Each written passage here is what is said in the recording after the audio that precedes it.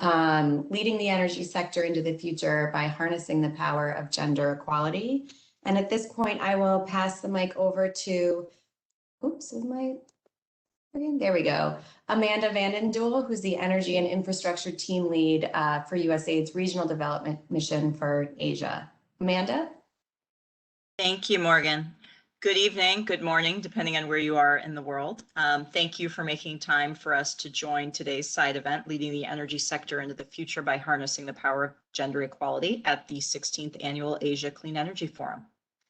For years, I've been working on energy and environment issues, and this is an issue that's very personal to me, and I'm honored to be here to represent the US government on such an important topic, which is putting gender equality at the heart of the sustainable energy transition.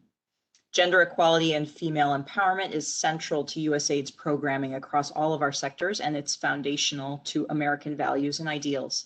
This is reflected in our new RDMA Regional Development Cooperation Strategy at its highest level goal, which is to achieve a more resilient, inclusive, and secure Southeast Asia. Worldwide, increasing numbers of women are leaving formal employment or they're working less. This trend has been exacerbated over the past year with the COVID-19 global pandemic. This phenomenon threatens to stall the significant gains that women have made in the workplace, but also the economic and social benefits that corporations and communities have enjoyed as a result of greater gender equality. Across Asia, Europe, and the Americas, studies consistently show that diversity and bringing women into leadership positions in organizations creates more productivity and better results. In fact, 65% of companies surveyed by the International Labor Organization in the Asia Pacific report that gender diversity and equality initiatives have enhanced their business outcomes. And the most gender diverse companies have been able to raise their profits by 10 to 15%. Yet energy remains one of the least gender balanced sectors and in the global economy, with women making up only 22% of the traditional energy workforce and 35% of the clean energy workforce. According to S&P Global Research, based on the current growth in women's leadership in the energy sector, it could take more than 70 years, I'll say that again, 70 years to close the gender pay gap in executive level positions. But women do represent a significant portion of energy consumers and are equally affected by issues of energy access as men. And what's more, as you'll hear tonight or this morning in this webinar, female employees in the energy sector have helped to improve their company's customer service, communications, and profitability. By drawing on this untapped talent, we can ensure a more equitable distribution of the socioeconomic benefits achieved as a result of the clean energy transition. USAID has had a long history of investing in gender and social inclusion, and the work that we do under the Engendering Utilities program, which you'll hear about this evening, is a great reflection of our vision of an equitable and inclusive energy transition. Engendering Utilities and programs like it are working to increase gender equality and women's workforce participation in male-dominated industries around the world. The program currently partners with 29 utilities across 21 countries. 5 of these partners are based here in Asia, including India and Vietnam, who will be joining our discussion tonight. Since its inception in 2017, Engendering Utilities has collaborated with utilities to create policies for advancing gender equality, train women in technical and soft skills needed to advance their careers, has helped to hire over 1,000 new female employees, and has helped to promote women in their fields, with nearly a third advancing into leadership positions and another third into technical positions. Here in Thailand, we recently launched the Enhancing Equality in Energy for Southeast Asia, also known as E4C project. This 3-year, $9 million program specifically addresses underrepresentation and challenges for gender equality in the energy workforce in this region. E4C will analyze the barriers to female participation in energy sector planning, development, management, supply, and distribution. It will partner with businesses and educational institutions to forge new pathways for women to enter the sector and grow in both job functions, roles, and including leadership opportunities. We're proud to lead these programs that seek commitment from both the public and private sector and work towards equal pay, equal leadership, and equal opportunities for everyone. We're excited to welcome our utility partners tonight from India, Macedonia, and Vietnam, as well as our academic partner from Thammasat University here in Thailand to join the panel session. And I look forward to hearing more from these distinguished professionals and thought leaders who will share their views on advancing workforce gender equality, ways gender equality has increased their organizational resilience during the pandemic, and how they've helped to inspire and make the case that gender equality is critical to our economic and environmental goals. In closing, we at USAID would like to take the opportunity to learn from you, talk to us about your concerns, your challenges, your successes, and how we can work together to promote gender equality in the energy sector. I thank you for your time tonight and wish you a successful event. Thank you. Thank you, Amanda. We will now hear from USAID's E4C project.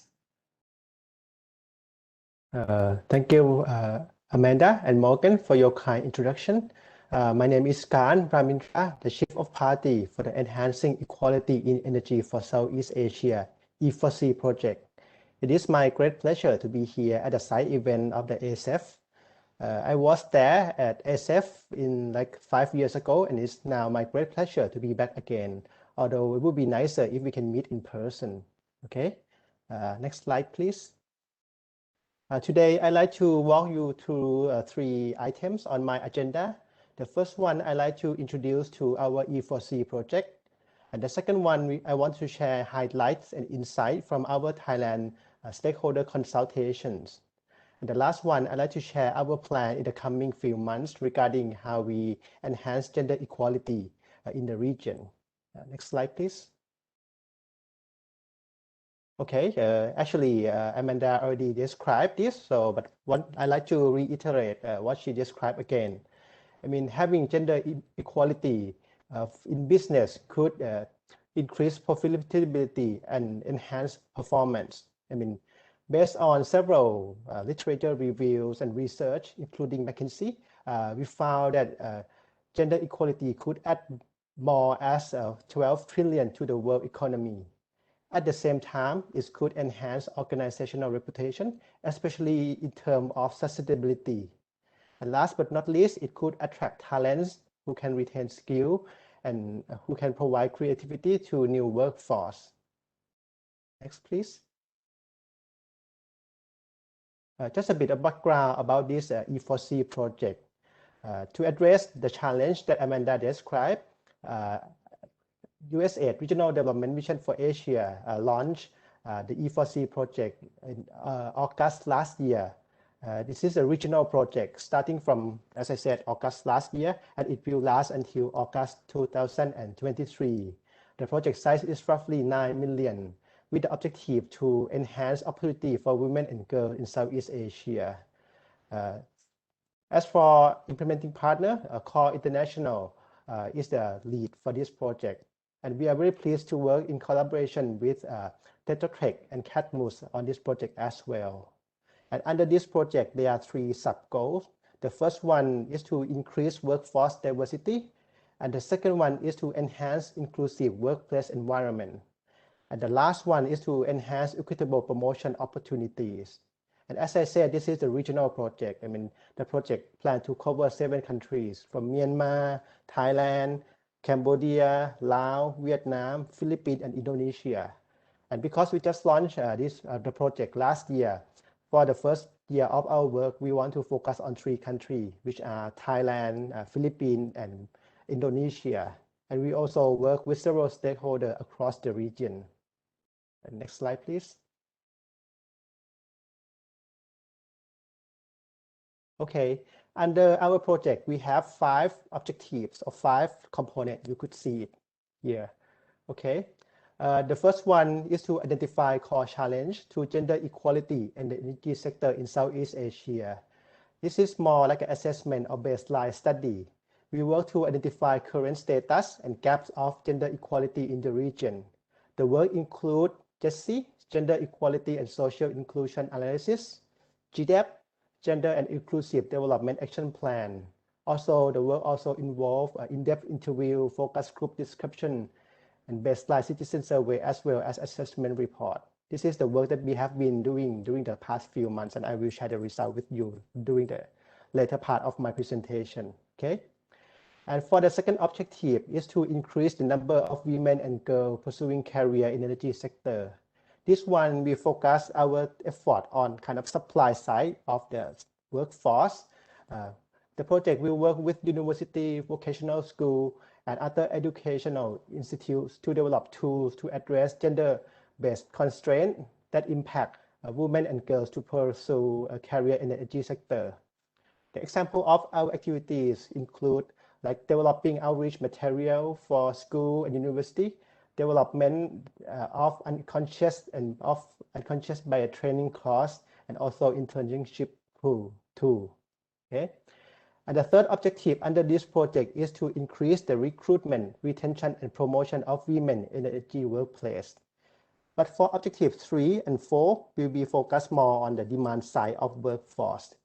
For this objective 3, we will be working closely with energy company in the region, in the Southeast Asia region, to design intervention that help them to hire and promote and retain women more.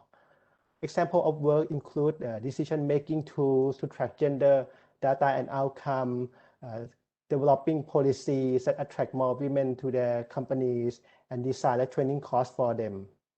But we realize that objective 3 alone is not sufficient to include to attract women in the workforce. That's why we have objective 4. We want to increase mentorship and leadership opportunity for women. For this particular objective, we will launching mentorship program to increase their chance and capacity in their management position. And last but not least, we have objective 5, which is more like a cross-cutting, which include communication, collaboration, and learning. Okay. Next slide, please. Okay. I'm very pleased to, although we have like a challenge start because of the COVID-19, I'm very pleased to let you know that, right now we are on track of project implementation.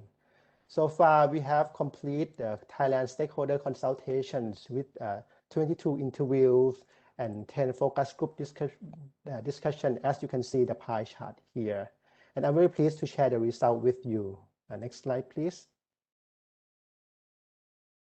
Before we jump into the result from public sector, the overall takeaway that we got is that, in terms of Thailand, the country is relatively progressive than other countries in terms of gender equality in the energy sector. However, there are still gaps to be filled. Okay. For public sector, we found that there are laws and policies and mechanisms in place. For example, from our discussion with several public sector stakeholders, we found that there are gender equality master plan, gender equality promotion fund, gender equality act, victims and domestic violence protection act, and others. But the problem remains with the implementation. This is because there is not sufficient funding and manpower and monitoring system to enforce these policy and regulations. The second barrier that we found is that there is lack of strategy to promote role in senior leadership position. Although there are many government officials who are ladies, but not many ladies who are at the top of the organization. This is something that we need to work more. And also there is a lack of mechanism to measure the progress of gender equality and women in the senior leadership position. In terms of opportunities that we found that the Ministry of Labor and Ministry of Social Development and Human Security could serve as a role model for public sector in Thailand. This is because these two ministries, they have the top leadership as a women, and we could work with these two ministries to kind of promote their leadership role and to be a champion for other organizations in Thailand. At the same time, as I mentioned before, that there are still gaps in terms of enforcement and implementation, those great policy and mechanism. This is the area where the project like E4C can play more role in this area now. Next, please. Okay, next one, in terms of energy company, we found that there are more male engineers, not because of discrimination, but because female study engineering. This is very interesting. From our discussion with few stakeholders, we found that In the past, like 10 years ago, the female staff in the energy company were very minority. And right now, things is progressing in a better sense. Some people share with us that, the great indicator is that the ladies' restroom. In the past, like 10 years back, if you have like female staff in the energy company, and this lady need to use restroom, they need to climb like so many stairs, like 6 stairs, and walk very far away to go to ladies' restroom. But right now, there are more ladies' restroom available for them. I think this is a good sign, but still there are a lot of opportunity to work on. And the second barrier for the country, I think this is more like a cultural stuff as well, because parents do not want their daughters to do technical work, especially like oil and gas, which require heavy work because concern of safety. But again, from our discussion, we found a lot of opportunity in energy company as well, because now gender equality is one of the key issue in the sustainability issue. So many companies play like really express their interest on this issue. For example, if those companies listed on Dow Jones Sustainability Index, Morgan Stanley Capital Investment, MSCI, these tech companies tend to be very interested on gender issue. Also, when we talk to energy company, some company share with us that, okay, this is a very good project because right now they got questions, they got asked by like investor about their board of management, because most of them are mostly men, and they want to see, most investors want to see ladies, more women on the board of management. And at the same time, we are on the energy transition period from more like a conventional energy, like oil and gas, to more renewable energy. These provide more career opportunity for women. And some companies realize that women's strength rely on like negotiation skill, communication skill, and they could leverage this experience more. This attract, women to be on the workforce. And also the last opportunity that we found is that because we can work with like university and tertiary level education to provide like new generation of workforce to the labor market. This could be another area that we can work more with them to integrate gender equality in student. Okay, next one, please. In terms of educational institute, this is also very interesting. We found that many girls and women are very motivated to do great work, and they perform better than male here in several cases. But the problem is that when they graduate and they're looking for jobs in energy companies, some companies, they don't kind of welcome this lady because they think that in their business, sometimes they need to have like activities. They have to have entertainment activities with their client. They need to go to karaoke. They need to go to the bar. So they're kind of reluctant to have ladies on their team. In other cases, they're like power plant. They need to like operate during the night time, and there will be only like 2 or 3 people and that power plant. So they're kind of reluctant to have ladies, girls in the team because the concern of safety. Also, in terms of education, there is no like gender equality and social inclusion integrated into student life cycle management. And for opportunities, we could work more on internship program, as well as we can provide training to address gender equality and social inclusion. Next one, please. Okay, this is the last target group that we engage with, NGO, foundation, and networks. Although we found that sexual harassment and gender-based violence remain the cases in the country, although there is some kind of strong effort to reduce it. The opportunity for us is that right now there are many organizations, many projects try to use like new technology like GPS and others try to address this challenge. This is another area where the project and others can try to use new technology to address this as well. Next one, please.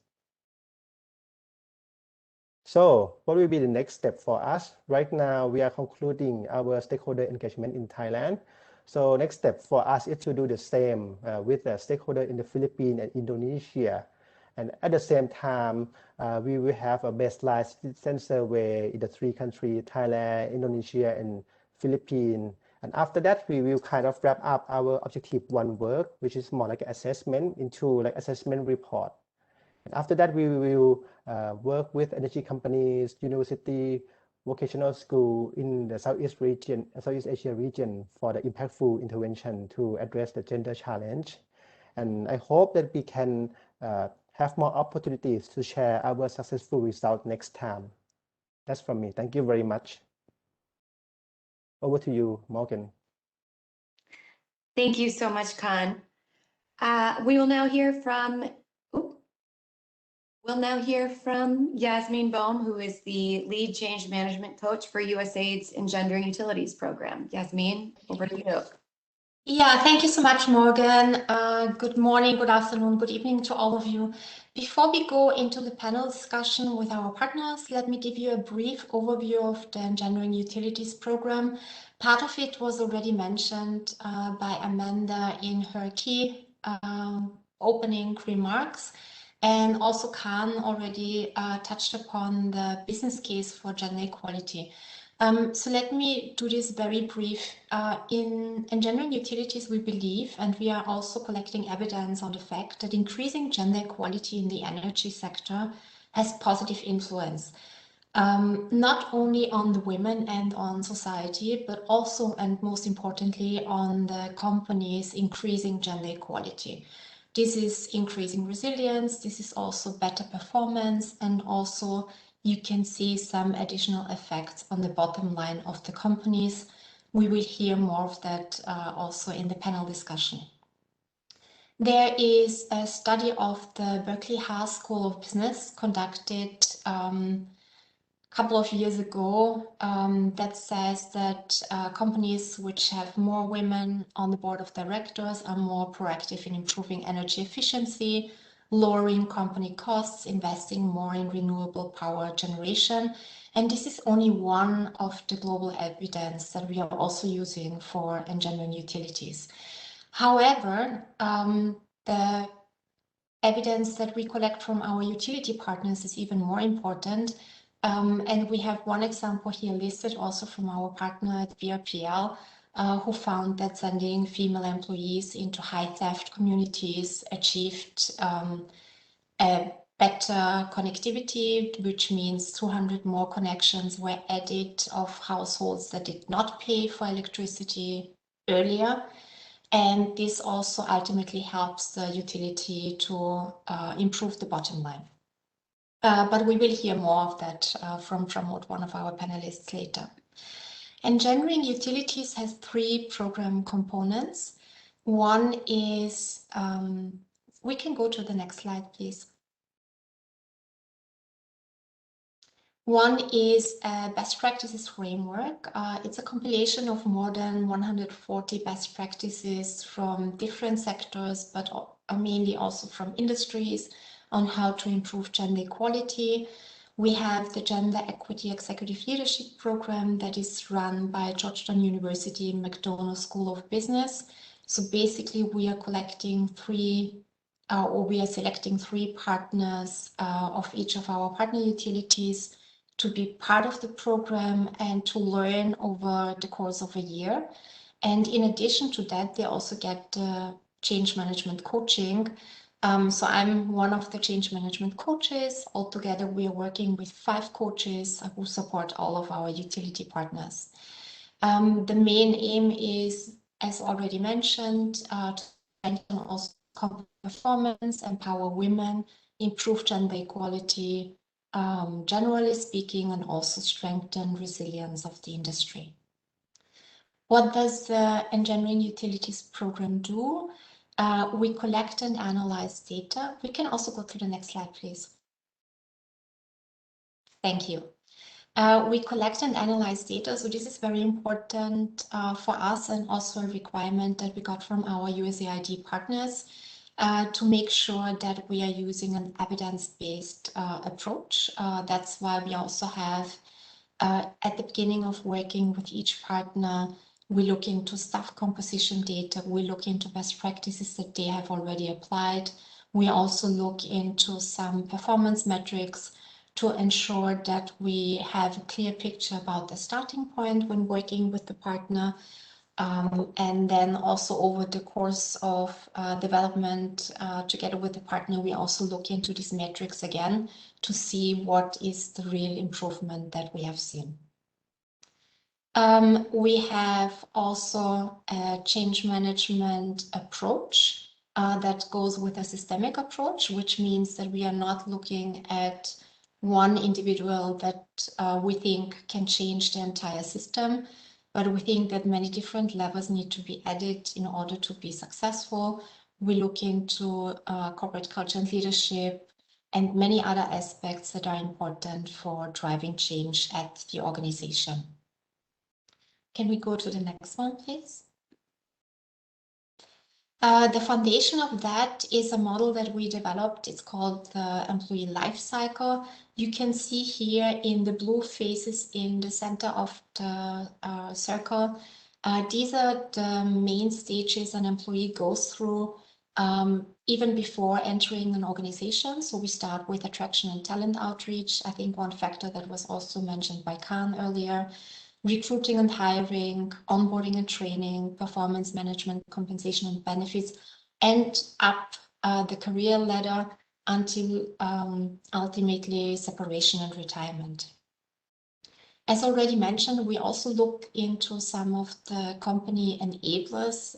These are the topics that you see here in the gray band. This is policies and grievance management, very important to drive change, because if the policies are not in place, sometimes it becomes very difficult for people to understand what is expected by them. Company performance and reporting are very important topics because here you can also add additional importance to gender equality topics. For example, if a company also dedicates specific KPIs to improving gender equality.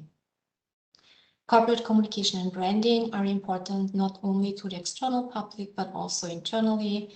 If you want to work on change management efforts, everybody who has done it already knows communication is one of the key topics. You need to communicate more than anything else in order to be successful. Corporate culture and leadership, already mentioned.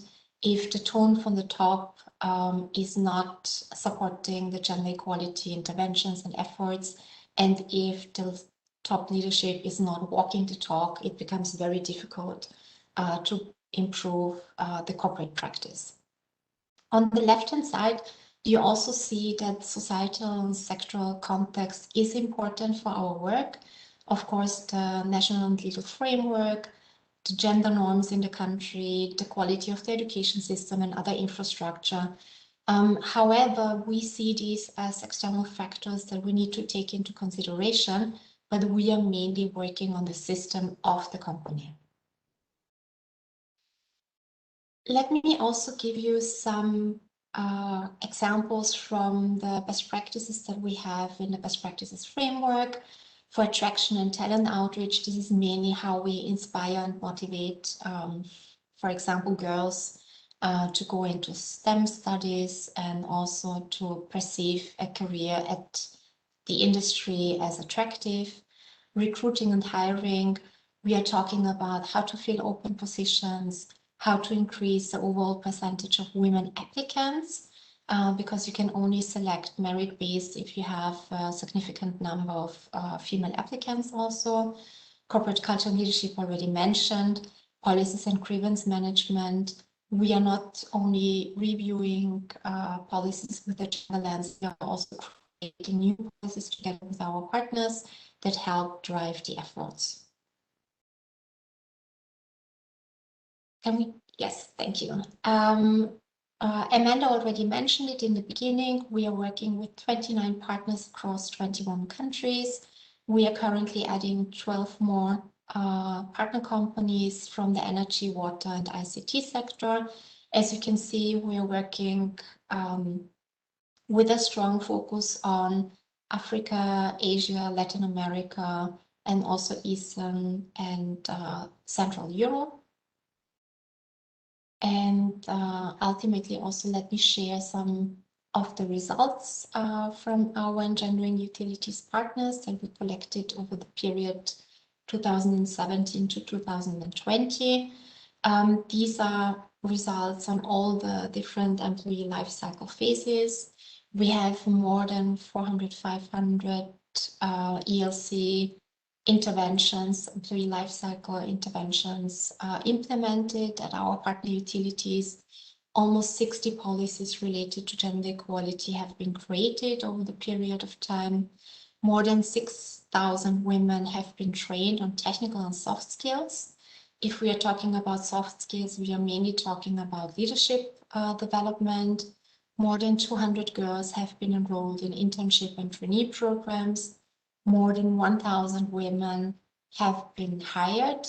And here we are also looking into leadership roles and technical roles because it's a very strong interest of us, not only to increase the numbers of women at the organization, but also make sure that these are in quality roles, and this also has an impact on the overall balance, gender balance within the organization. Almost 1,000 women have been promoted over the period of time, 28% into leadership positions, 29% into technical positions. We will hear at the panel discussion also from some of our partners how they manage to make this happen. More than 2,000 female learners and job seekers have been reached through school outreach and recruitment events.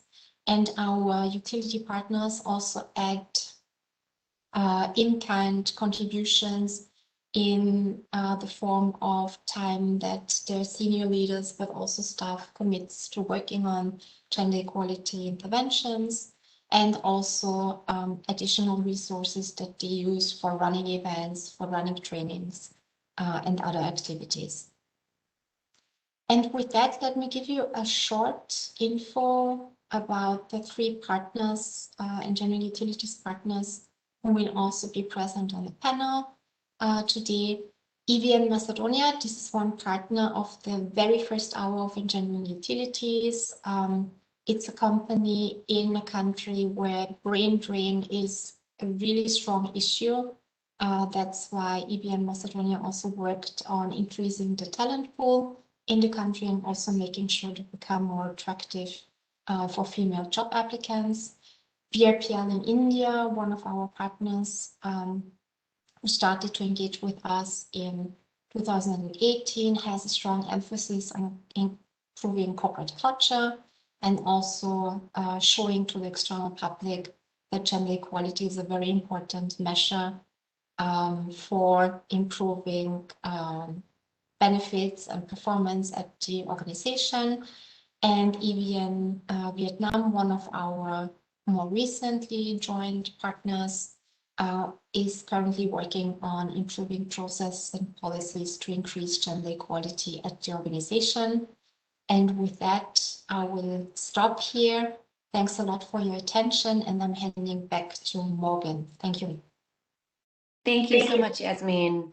We'll now move into the panel discussion portion of the event. So I'll pass it over to Corinne Hart, who's the Senior Advisor for Gender Environment at USAID, to facilitate the panel discussion. Corinne? Thank you, Morgan, and thanks to everyone who's provided that great framing for the event today. If I could just ask all the panelists to go ahead and turn their videos on, that would be great. I see you all. I'm Corinne Hart. I'm the Senior Gender Advisor for Energy and Environment at USAID. I am at USAID Washington in the Hub for Gender Equality and Women's Empowerment. I'm also, from the USAID side, the manager of the Engendering Utilities Project. And so it's really wonderful to be here again at ASEF talking about the work that USAID is doing in this area to increase gender equality in the energy sector broadly. And we're so excited to have our company partners and our academic partners with us today to talk about what it really takes, in an organization to do this work beyond designing projects from the USAID perspective, but to really take it to your company, to your organization, and make tangible impacts and improvements for women and for gender equality in your organization. In the background material for the event, there were bios, detailed bios for each panelist. So I'm not going to read them, but just quickly to introduce who we have. We have Aneta Petrovsky, who's the head of HR and organization for EVN Macedonia. Pramod Mishra, who's the head of Central Engineering Services and Project Management at BRPL. Lian Li T, who's the director she's a director at the Ho Chi Minh City Power Corporation, a new partner utility in Vietnam for engineering utilities. And we have Dr. Ruth, who's a dean at Thammasat University in Thailand. So we have a great group here, and we have a really nice mix of people who've been engaging with USAID for many years, and those who are newer partners who are just getting started in their partnership with USAID, but have been working to advance gender equality in their organizations for a while. So I'm going to pose a few questions to the panelists. Please feel free to put your own questions in the chat. We will have time afterward to have a facilitated Q&A from the audience questions as well. And feel free also to pose questions to the other speakers beyond just the panelists for afterward. So Aneta, I'm going to start with you. It's so great to see you. It's been such a long time. And, you know, as I think a lot of us at USAID know, you've been one of our longest running champions for engendering utilities. Your utility in Macedonia has been a partner of engendering utilities from the very beginning, which is really exciting. So maybe you could talk to us a little bit about, you know, I think we all know that gender equality is good for women, but it's also good for men, and it's good for business as well. So what is the business case that you use internally for focusing so robustly on improving gender equality? How do you prove that it's good for the organization beyond just the people that work for the organization? Hi, can you hear me? Yes, I can hear you, yeah. Okay, great. So hi to everybody. Thanks for having us at an event. You can never emphasize enough times the importance of gender equality. So we have been, as you mentioned, one of in the first cohort of engendering utilities, and we worked a lot together with the team in order to improve the situation with gender equality and equal opportunities in our company. So what we have found out, or what we have analyzed, is that brain drain coupled with a strategy to attract the best and hire the best possible candidates on the job market represents a business case why we've started and why we continue with our involvement in both the project and why we have made it part of our organizational culture. What we have found out after the implementing, as previously Yasmin mentioned, all the interventions and the gender best practices in HR and on organizational level is that taking a broad approach by exceeding the organizational and even the sector barriers brings success. How? We have cooperated with several technical universities and also vocational training centers, and we have influenced changes in national legislation to implement a dual vocational training approach in which the participants start learning within the company in addition to studying at the vocational school. This exposes them earlier to the career and helps overcoming the gender stereotypes, which are one of the barriers for bigger involvement of women and female candidates in the energy sector. This touch and feel experience also helps to overcome some of the anxieties or barriers, especially women are facing for working in a technical position or in a technical field. Also, we have organized several national conferences on gender equality in energy, which again, as I said before, exceeded the sector borders. So now we are talking about bringing more women in industry and involving more girls in STEM. We have organized this conference by involving many stakeholder groups, such as professionals working in energy industry, academia experts, the business community, international and regional organizations, also public and government representatives and non-governmental professional organizational representatives. What was the goal of these conferences? First was to raise the awareness about the importance of gender balance in business and in the economy overall. Then we also identified and shown strategies and programs how to strengthen the success through advancing gender equality. And we used, last but not least, the conference as a platform for sharing knowledge and experiences of the leaders and professionals from business and academia working in the STEM area who work on initiatives on accelerating the personal growth opportunities for their female employees. I am also a member of the National State Level Commission for Equal Opportunities of Women and Men, which is established by our government and which has a very big competence. So more or less, these are several areas where we were involved. As I said, more in the ecosystem, how to improve the state of gender equality in our business, in our organization, in the sector, but also on national level and in the economy.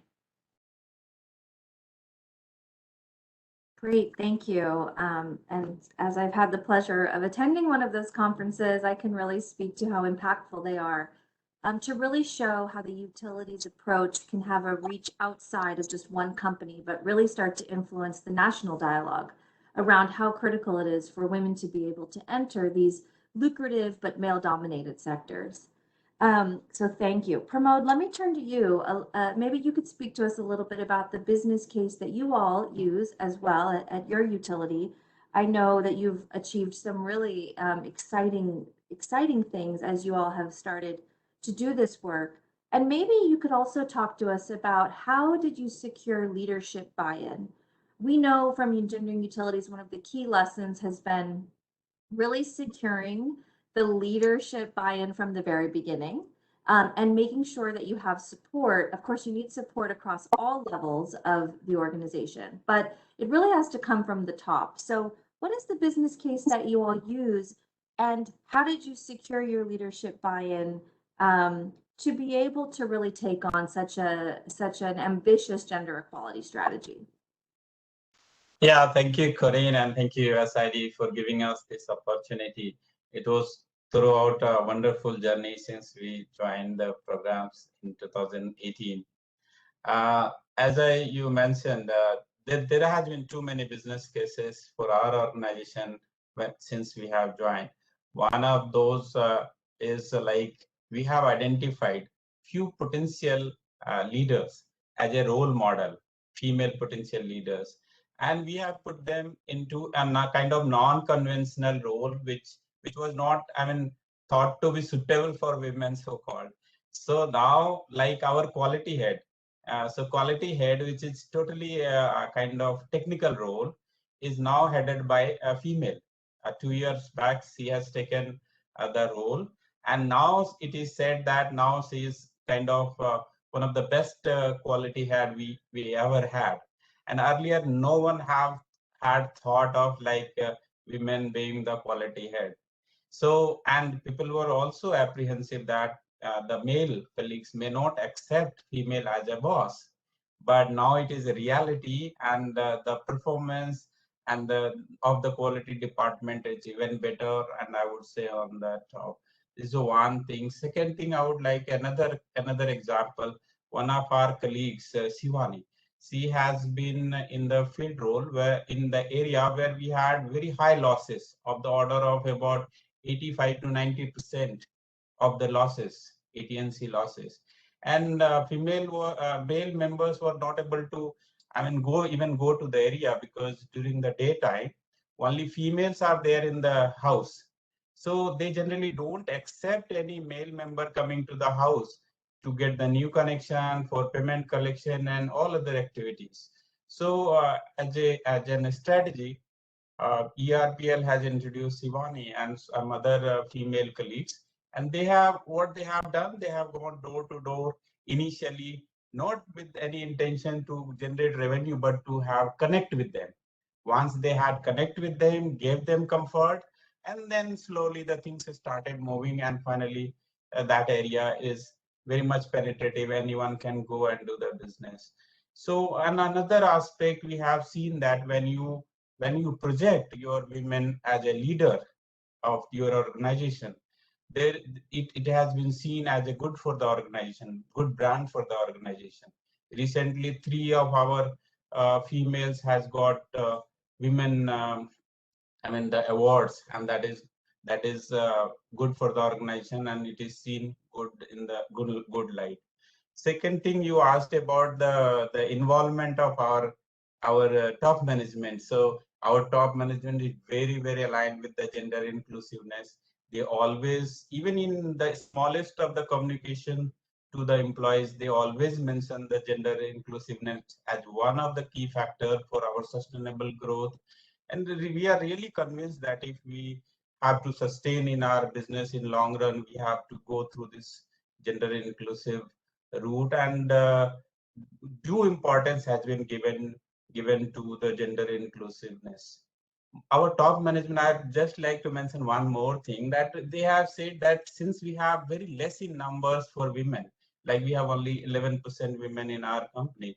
So, the hiring part is very difficult for our kind of business where attrition is very less.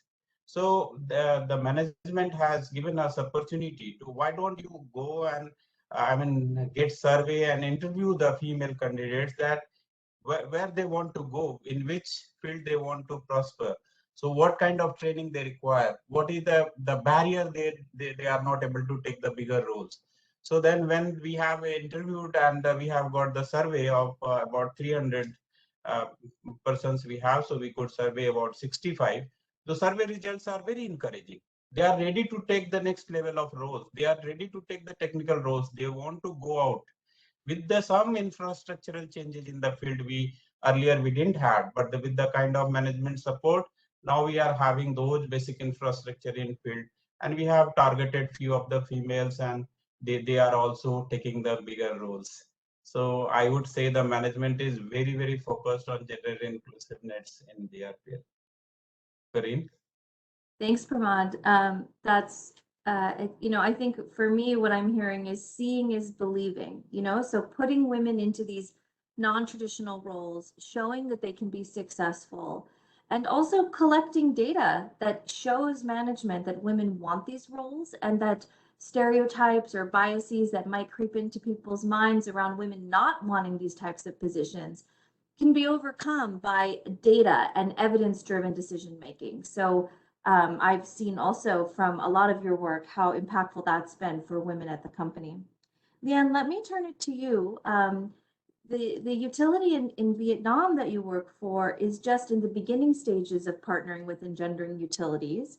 And it's a fairly large organization, but you've been thinking about these issues for a while. So how have you been working to secure this leadership buy-in that's really necessary for success, and to actually create attention and awareness around this activity now that you're formally part of the Engendering Utilities program?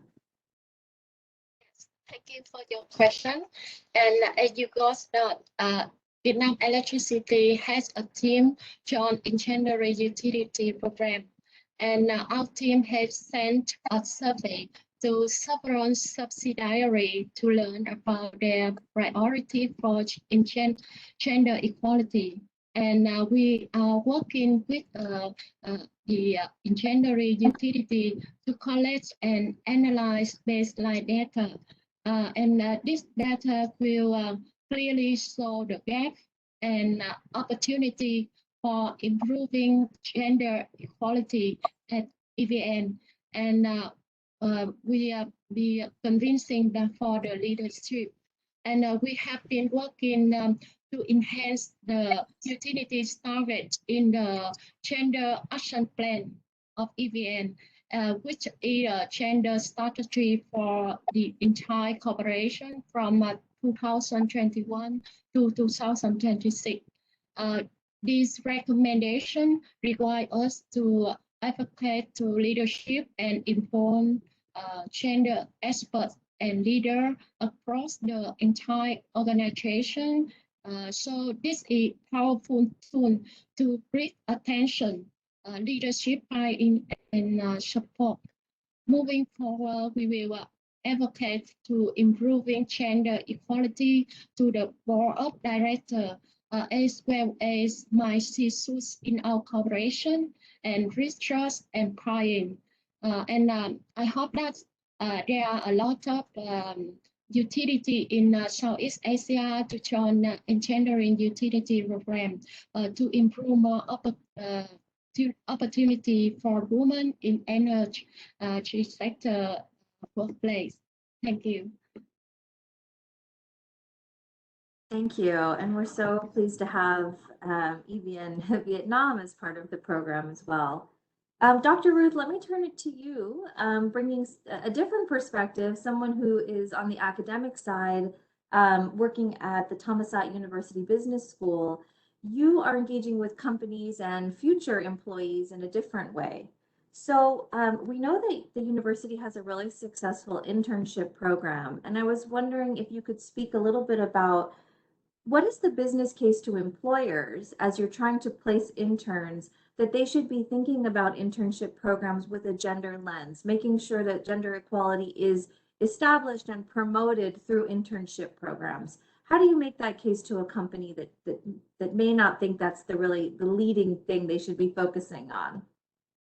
Okay, thank you, Corinne, for your question. The first thing I need to say is that because I'm in the business school, in fact, what happened is that the gender issue is a bit slightly different because we have a lot more students that are female than male, in accounting, in finance, in all those various subjects. In fact, the majority, I would say about 70% of our students are female. So that's the first point, is that when we are discussing with the companies, in our discussion with them, they know that immediately the majority of the interns will be female. Then secondly is we have as our partner the main utilities companies, the main energy companies in Thailand. Of course, some of the students that are maybe in accounting will go and do an internship in accounting. But what happened, and I think this is where it's quite interesting, is that in our discussion with these firms, when we're doing our MOU, our protocol, we discuss, in fact, two things. One relates to the recruitment policy, because the internship is just a first step. So sometimes they're still not very convinced. And in fact, having internship is a bit like a proof of concept. A proof of concept to say, hey, there's no difference between a male and a female. And then when they start to be interested after the internship, then the next challenge is, how do these firms retain the talent that comes in? And this is where, again, you need to have discussion, protocol set in place so that the employers also understand, if they want to retain the talent coming in, there's a number of protocols that needs to follow. What I would also like to add is this is from the case from the business school, but like my other colleagues, like in the engineering school, now what we're seeing is we are seeing a lot more female, like industrial engineer or chemical engineers. So probably maybe because at the university level in Thailand, overall, there's a lot more female. So it's about us also teaching and spreading the word that, hey, it's the same thing. But now we're faced with another challenge, which is the LGBT, because when there's discussion, it's not just binary anymore. You also need to think about the LGBT. And this is where, for example, in my faculty, my business school, we've developed specialized training for HR professionals to look into how they recruit, how they deal, how they retain these LGBT talent. And as a university, we have now passed a regulation where students are allowed to dress in their own gender preferred type of clothes, even for the graduation ceremony. So, based on your question, yes, we're providing equality, and we're adding this other dimension to be more inclusive, to have the LGBT group also. Great, thank you. And I think that's such a critical point, that we have to look at gender equality with an intersectional lens and not think of women and men as homogenous groups that all have the same identity. And really thinking about gender minorities and non-binary people, and thinking about how do we apply gender equality approaches with an intersectional lens that ensures that women in all of their diversity and non-binary individuals are able to access the opportunities that we are trying to create. So it's not only going to the most elite groups or the people with the most connections and opportunities already. So that's wonderful. I'm so glad that you brought that element in. Pramod, I'm going to turn it back to you. Thinking about how to engage different groups in gender equality, we know that engaging men is really critical, and that gender is not a women's issue or a women's problem. Can you tell us a little bit about what you've done specifically to engage men at the utility? And what are some of the challenges? What are some of the things, the barriers that you're facing as you're trying to bring in men as champions of gender equality? And what advice would you give to other companies that are trying to really be strategic about engaging men in their approach? Hey, thank you for asking this question. See, we have taken a specific target to engage female in certain key roles. Like we have 89 subdivision offices, which we call profit centers. And presently, we don't have any representation of female in those subdivision offices. So that is the kind of baseline we have. And we have targeted to be 25% by financial year 25 and 50% by financial year 30. So to achieve this target, if we don't have male buy-in, so if men is not into this program, then this program is not going to sustain. That we have realized. So what we have done is we have done the training, specific training like gender bias training called Embrace training. We have kind of benefits for male members also. So that whenever the female comes into the role, they are being welcomed by the male colleagues. So for example, I have taken personal initiative to mentor one of my female colleagues who was reporting to me a year back. And I have motivated when I started the talk that you are best performer in my team. I want you to take the bigger responsibility in the field, because if you are in the same group, in engineering group, you have to replace me. You have to be at least 10 years, 12 years, you have to grow here, because this is very flat kind of department. But if you are in the field, in the bigger roles, you can get promotion in 2 years or 3 years time based on your caliber. So I have convinced her, but initially she was very apprehensive to go into the field. After slowly mentoring her, one day she said that, okay, sir, tell me when to go. So I said, let me talk to my HR. And then the HR got convinced. Initially, HR was also not very convinced to send a female into O&M operations, O&M functions. Then HR also got convinced, and she got transferred last year. And now to see the performance he has given in the department is simply miraculous. And everyone is now taking her as a role model. And every man is also inclined to promote the team members into the bigger roles. So this is how, if man is engaged and supporting the female, then the path becomes smoother. the journey becomes smoother. It gives more comfort to the female and the team where the female is going.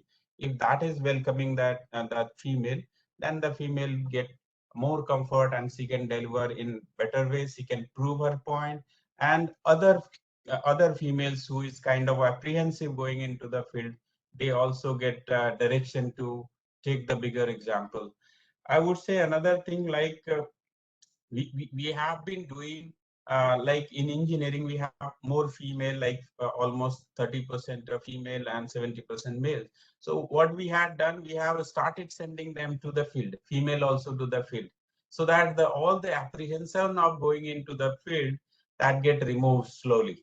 And now more females are interested into going into the field roles and taking taking this targeted job and get the higher career progressions. So this really helps if man is really inclined into this function. Great, thank you. And I think you have an excellent video that maybe we could share also with the group afterward that talks about the work that you've been doing that you just shared.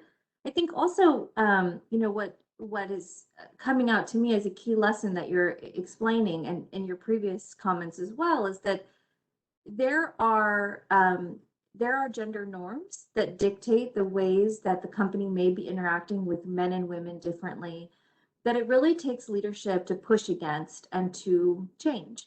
And so if there is a perspective that women employees should not be going out to the field for certain reasons, but going to the field is a critical part of building their career and being able to be promoted and developed, that is something that leadership really needs to address and push against and find a way to do it that's culturally appropriate, but that doesn't limit women's opportunities. So it's really, again, really excellent what you've all been doing. Annetta, I'm going to turn it back to you. You spoke a little bit about your partnerships with academic institutions and the national government through your different programs. Maybe you could speak a little bit about EVN's really integrated approach to bring in different stakeholders. I know that you have really been reaching out across the company to implement your interventions as well as outside of the company. Could you tell us a little bit more about, I guess, just sort of the integrated nature of your approach, but also specifically about the national committee that you've been serving on and that the company has been representing to push this dialogue outside of the company into shaping the way the government is thinking about gender equality? Yes, so we have taken, said before, that involves many stakeholders outside of our company. I'm here an echo. We can hear you, but it's a little bit faint. Let's try again.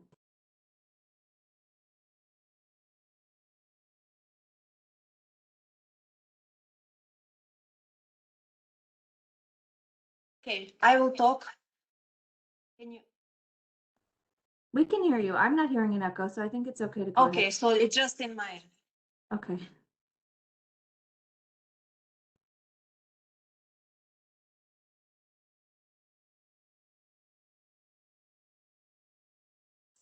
Did we just lose Annetta?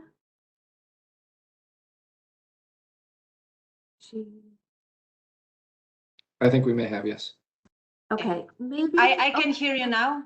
I'm Okay. back. Okay, you're Without back. an echo. Yes. All right, great. Go ahead. So we have engaged with several stakeholders as a partners, but we also were part of a multi-stakeholder approach.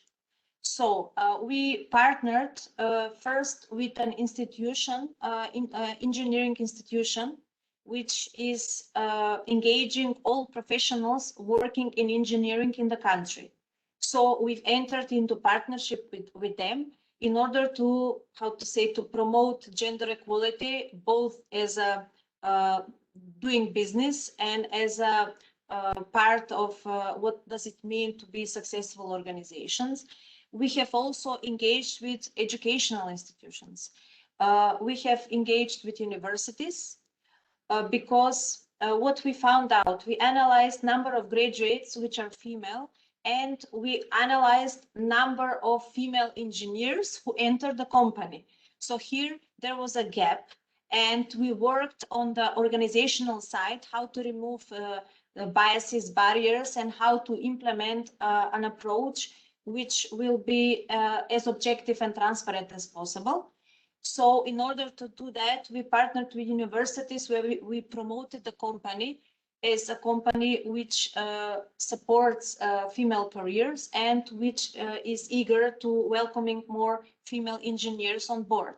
So the partnership with the university combined with internal homework we had to do increased the number significantly of female engineers that were hired subsequently throughout the years. So we started it 5 years ago, and now we have reached more female engineers who are hired than percentage of female engineers who graduate every year.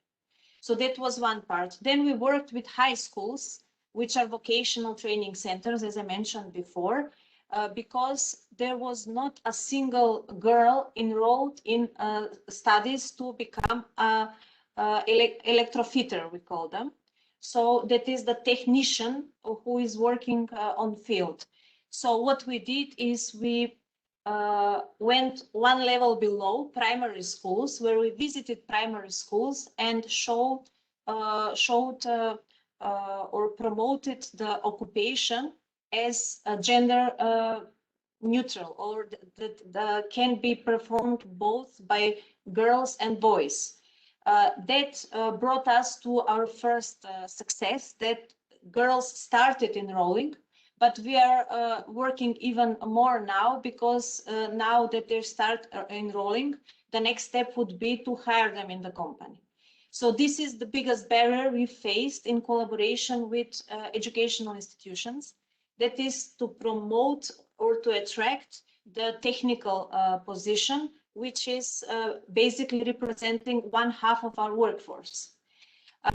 Work with primary schools and kindergarten is also important. We have engaged in several ad hoc projects, which are now, analyzed how to be integrated in our strategy. Why? Because girls start believing at age of 6, before or at the beginning of primary school, that boys are smarter and that boys are more capable of careers in STEM. So we believe that this part of outreach work is very important and needs to be, in the focus of all our external activities. We work as a next stakeholder with government, both on the level of Ministry of Social Affairs, which is responsible for equal opportunities, but also with the Ministry of Education in promoting so-called male occupations to be available or presented that they're also open for girls. We have also some videos that we can share afterwards, which were prepared with several of our girl students. And we also work with employers. You've asked before. I'm a member of the National Commission for Equal Opportunities of Women and Men. This is according to the law established by the government, and I represent the employers. We have also the NGO sector, the government sector, and also the ministry who is leading the efforts. So here we talk more about gender budgeting, about laws preventing discrimination, where it's really very broad approach that can be then translated into concrete actions. And we also work with students, which are also very important. We try to engage directly as a company with our students through several channels. These are very important as a stakeholder because they, at the end of the day, make the decision to be to apply for a position in our company, or they decide after their internship, as it was mentioned before, whether they would like to enter in a technical career. Great. Thanks, Anita. That's really helpful. And it really shows, again, sort of the breadth of your approach going beyond the company. We only have about 1 or 2 minutes left for the panel before we go into the last presentation and Q&A. So Leanne and Dr. Ruth, I'm going to pose you one final question, but if you could keep your responses just sort of brief so we have time for questions from the audience as well. Leanne, I'm wondering, you've joined Engendering Utilities recently and you've started learning the program's approaches and best practices. Can you talk about some of your biggest lessons so far, or some of the biggest shifts or adaptations that you've made to your strategy as you've been implementing the new work under Engendering Utilities? Yes. Thank you. To strengthen gender equality in power sector, we face some difficulty and challenges, mainly in terms of awareness needed to carry out this program. And to meet this challenge, we will enhance our outreach and training and organize innovative contests on gender equality. We will focus on conducting training courses and have important discussion on gender equality in senior leader. Our approach will encourage female employees to pursue their new role, especially in leadership and technical positions. To demonstrate the value of this work, we will measure and track improvement in company performance. We will also learn that to improve corporate culture, it's important to recognize women who plays an important role in generating revenue and executing company strategy. Our gender action plan help to build a gender equality environment and develop the woman power in the company. Vietnam Electricity proposed solution to implement the targets of gender equality action plan, such as training to build capacity and leadership skill for women, learning from international successful experience, as well as improving management policy at the group level, working with our experts in human resources and gender committee. By participating this program, we realize that promoting equal opportunity not only creates a good working environment and effectively promote the potential human capital for Vietnam Electricity, it also bring long-term benefit that contribute to building the energy industry in Vietnam as a whole. That's all. Thank you. Thank you so much. And let me just pose the last question to Dr. Ruth before we move forward. You mentioned that the business school has seen increases in the number of women studying in some of the engineering school or in the STEM-related careers. It seems to me that the business school may be in a great position to influence other organizations, other academic partners internally, but also externally, the government, around the fact that you have such a large share of female students studying at your school. How can the university promote gender equality within these other organizations and influence the way they're thinking about it, since the business school does have so many women that it's working directly with? I think what is important here is that the business school in itself cannot do anything much. We just try to do our best. But the main thing is this: if you remember what Khan said in the beginning, is that in Thailand we have like a gender equality, inclusiveness master plan, but it's just from the government side. What we would need is like some sort of a quadruple helix cooperation network with the private sector, the public sector, civil society, and academia, all working together to create this gender inclusiveness. The country is basically, I would say, a patriarchal type of society, but in the university it's more matriarchal because even us as a professor, I'm dominated by my other colleagues who are female, and my university president is also a female. And I like a lot what I found very interesting what Aneta said, saying that, you know, this feeling that girls are less intelligent than boys, because my daughter at her school, is also boys that are considered more stupid than the girls. So maybe there's some cultural things that also affect this, and maybe that what we see happening in Thailand and the way how we're moving forward is that, yes, there is a glass ceiling, but we're breaking that glass ceiling every day. And now we're putting this other dimension of gender inclusiveness with LGBT in, so that everyone has a space in society. Great, thank you. Let me turn it to Yasmin to quickly go through the best practices framework. And while she's presenting, I'll just encourage everyone in the audience to put any final questions that you might have to any of the presenters in the chat, and we'll have a few minutes to answer them at the end. Thank you. Yes, thank you, Corinne. I mentioned already earlier, we have the best practices framework, delivering gender equality, a best practices framework for male-dominated industries. You can find it on the USAID website. We also have the link here for you if you're interested to look into it. I can really recommend it. It's a compilation of 140 and more best practices, tackling all the different stages of the employee life cycle. It is based on global best practices, but also best practices from our utility partners. We are adding more resources and practices every year.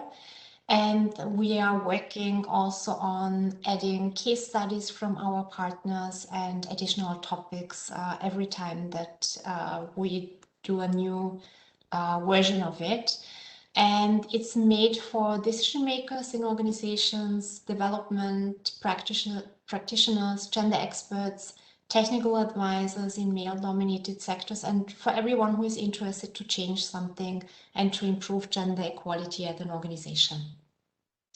Last year, during the pandemic, can we go to the next slide, please?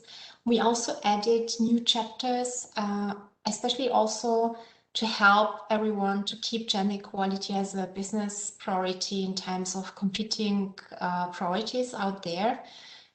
We have seen a risk that gender equality is not put forward on the priority list if other things come in. So that's why we wanted also to help to think about some of the most important opportunities that gender equality can also bring, especially also when things are not going too well in the economy and in the business, and also actions that companies can take to improve resilience, such as inclusive response plans and measures to make sure that gender equality, diversity, and inclusion can also help them to navigate through this crisis. And also, Amanda mentioned it in the beginning, resilience is one of the topics that we really want to strengthen by improving gender equality. And finally, I would also like to share some additional resources with you. We are putting together also some knowledge resources for everyone on an ongoing basis. We have a change management coaching guide for gender equality.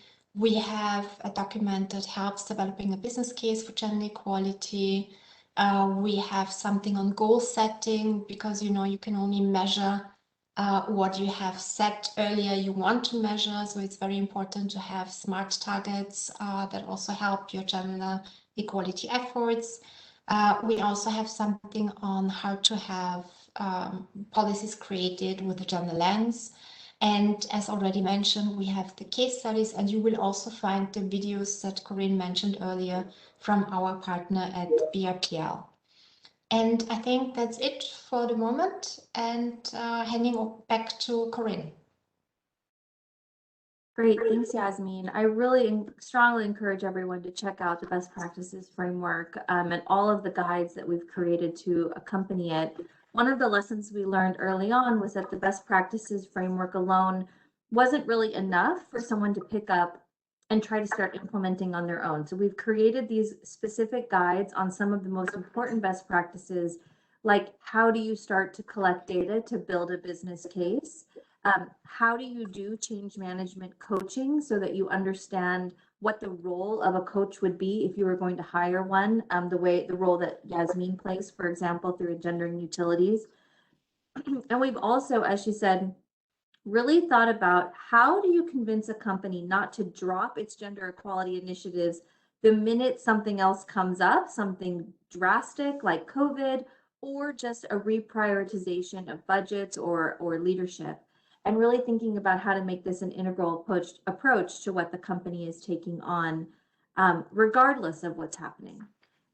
We've also added a new chapter on diversity and inclusion, speaking to what Dr. Ruth was saying, around really, again, taking an intersectional lens to the approach and not looking at women as one homogenous group that needs to be helped, but looking at how they can be empowered in all of their diversity.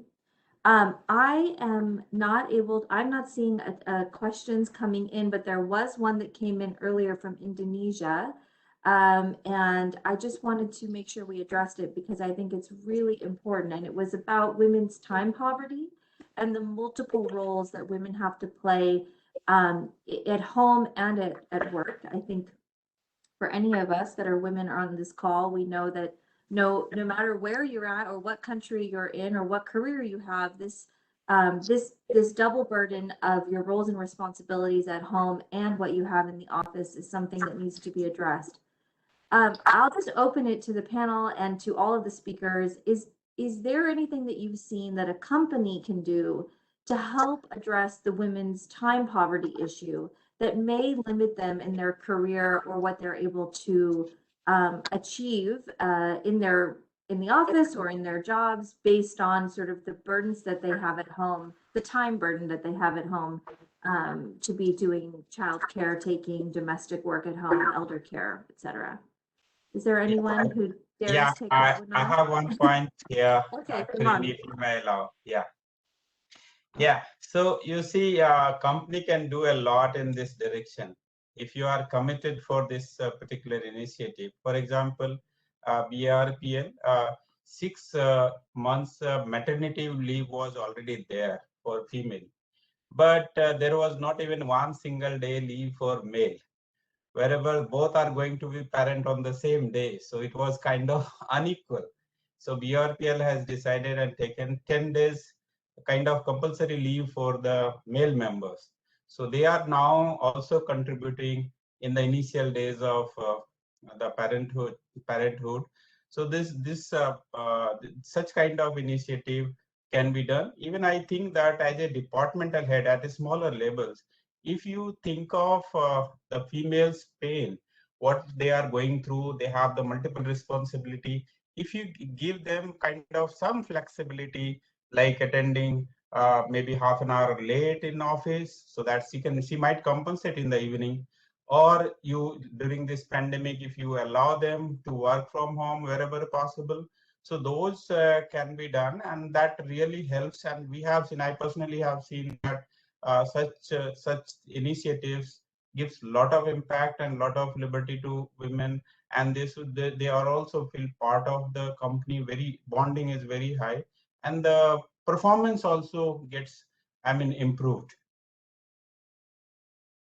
Yeah. And maybe I can add something. Pramod is also one of the role models to take this role forward, showing the lunch boxes that he prepares for his kids to everyone else in the company, and say, I'm a father, I'm taking care of my kids too. Yes. Thank you for mentioning that. Is very core, very near to my heart. I always I have a boy and a girl, and so I always bring them together.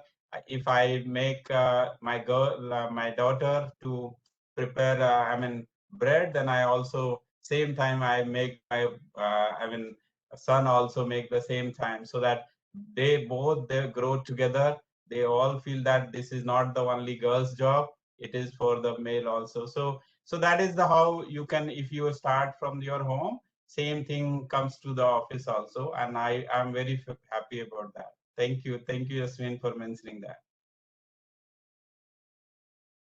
Great, thank you. I think it is really critical that companies offer benefits to both, when appropriate, to both women and men, so that men are also able to start taking on a larger share of the domestic work at home. We are out of time. I just wanted to really thank the panelists and all of the speakers today. It's been such a rich and interesting discussion. We are so grateful to have these amazing partners at USAID. We are really excited about the successes that you've all had and the work that you're implementing, as well as our newer partners under E4C. It's really exciting to see Engendering Utilities taken to new countries, new regions, taken on by our missions, and really expanding it, broadening it, going beyond what we're doing. So once again, thank you so much. There is a lot of information that we've shared in the packet that has the best practices framework, videos, links, other information. And as always, if you have any questions or want to partner with USAID in any way, please reach out to me or Amanda. We would be happy to think about ways to continue doing this work together. Thanks again, everyone. I hope you all have a good evening or a good rest of your day, depending on where you are. Thank you.